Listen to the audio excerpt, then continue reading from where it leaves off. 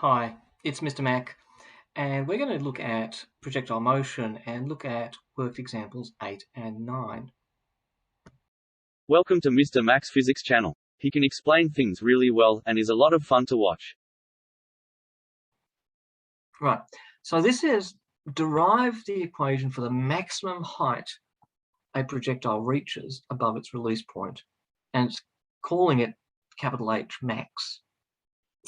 Hence, show the maximum height depends only on the vertical component of the projectile's initial velocity and the angle it is projected. That's the angle from the horizontal. Don't you love that word hence? You don't really get to use it a lot in day-to-day language. You don't go up to the canteen and say, I would like a coffee, please, hence it will satisfy me. But it just means it's a logical therefore about one thing following on from the next. Okay, so derive. I hope you're getting used to that word, and I'm going to take you through step by step as to how to do it.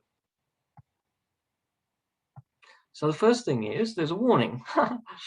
The velocity at the highest point in projectile motion is not zero, although the vertical component of velocity is zero.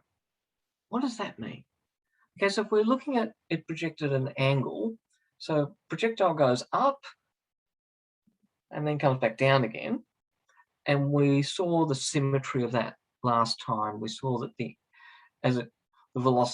initial velocity is in that direction, so the final velocity is in that direction, and the angles are the same.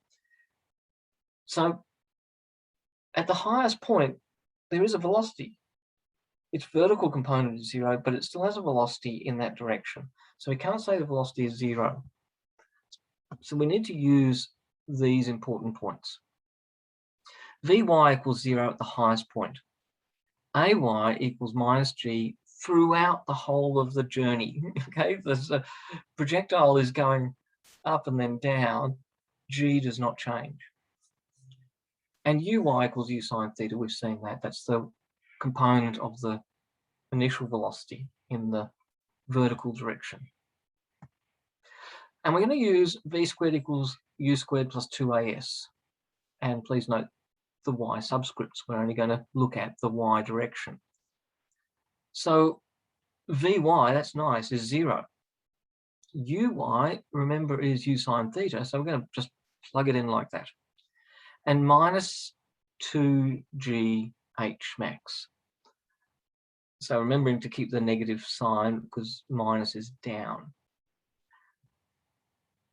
So far, we haven't done anything other than substitute in to a standard kinematics formula with data that we just found, but there's no numbers.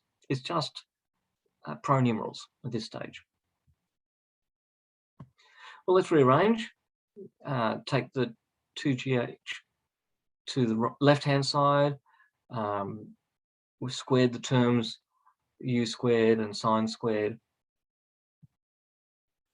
and rearranged by dividing by 2g to make h max all by itself on the left, which is the subject of this. And there's the formula for finding the highest point, the maximum height a projectile will go. Now it says, hence show that the maximum height depends only on the vertical component of the projectile's initial velocity. Well, there it is. It's u sine theta. That's it. So we just need to know that. And we need to know the angle, of course. And assuming g is constant, which we do assume in projectile motion. And the faster the projectile is thrown up, the higher it will go.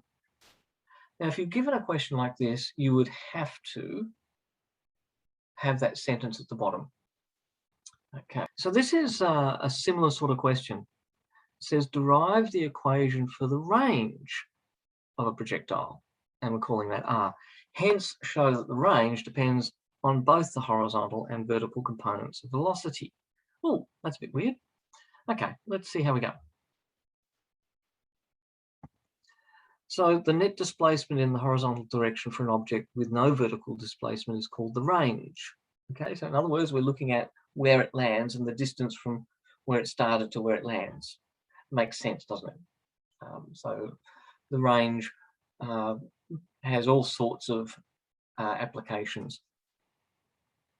From firing cannonballs back in the old days, you need to know the range from the cannon to the ship that you wanted to destroy, range that you want to hit a golf ball down the fairway, the range that you can throw a football on the oval. I'm thinking of American football at this point. It's easy to throw. Or a tennis ball, of course, if you want to play catch. Okay, so what do? The same as the last time, data. And again, we don't have numbers, we've got pronumerals and formulas. So ux we know is u cos theta. We just worked out that t is 2u sine theta on g. So worked example 5, going back to there, we've actually worked out the time in that sense according to just substituting in formulas. So we're going to use Sx equals uxt. I've put there the d equals st formula, which, as I said, I'd rather you forget that one completely. It gets people into trouble more than anything. And replace Sx with r, that's given in the question. Replace ux with u cos theta, and replace now the time with 2u sine theta on g. And then we get this strange looking formula, but it's actually quite useful because u cos theta is the initial velocity in the x direction and u sine theta is the initial velocity in the y direction. So we've got 2 u cos theta, u sine theta all over g. And depending on what we're given, we can either say we've got ux and uy and multiply them by 2 and divide by g. Or we've got u squared cos theta sine theta. It depends on the question and what we're given in the question as to how we use this formula.